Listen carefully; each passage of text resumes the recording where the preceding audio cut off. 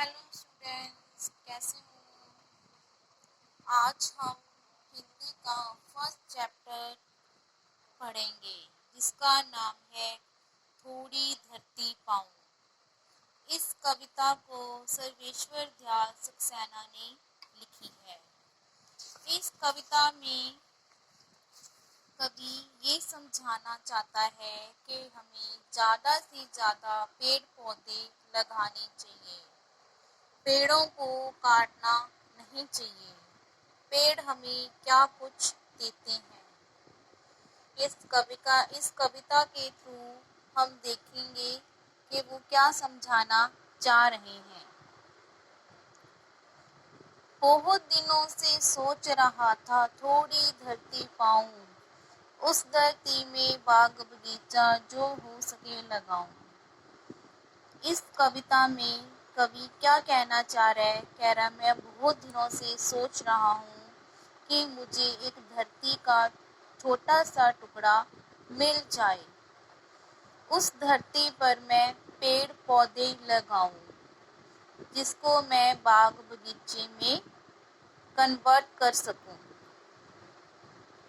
खिले फूल फल चिड़िया बोले, प्यारी खुशबू डोले, ताजी हवा जलाशय में अपना हर रंग भिगोले।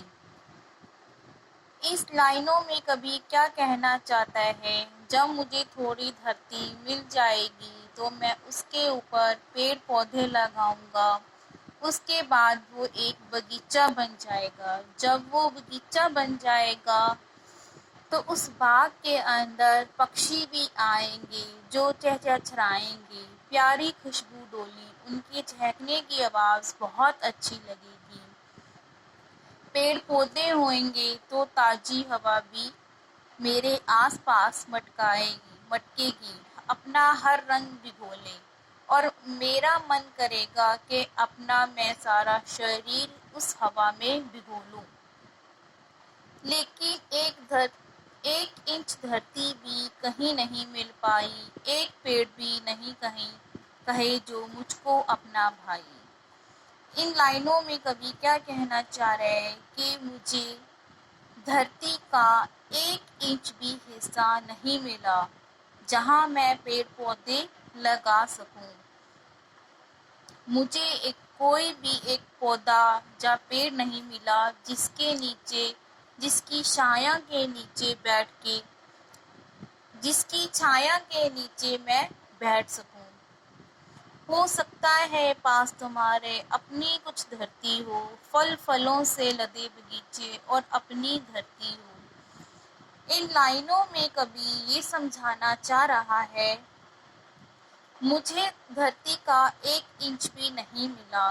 क्या पता जिस घर में तुम रह रहे हो वहाँ आपके पास कुछ इंच बचा हो, जहाँ पे आप वहाँ पे फलों से लदे बगीचे और अपनी धरती हो, कि आप उस धरती पे फूल पौधे लगा सको और उसको एक बगीचा बना लो।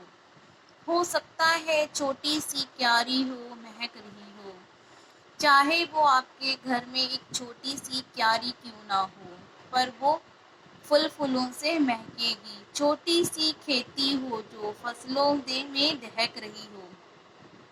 अगर आपके पास इतना हिस्सा है जमीन का कि वहाँ जहाँ आप खेती कर सकते हो वहाँ आपको फसलें उगा देनी चाहिए। जब वो फसलें पक जाएंगी तो वो दहकेंगी। दहकने मीन्स पकने के बाद दूर से ऐसा लगेगा जैसे कोई चीज़ जल रही होती है।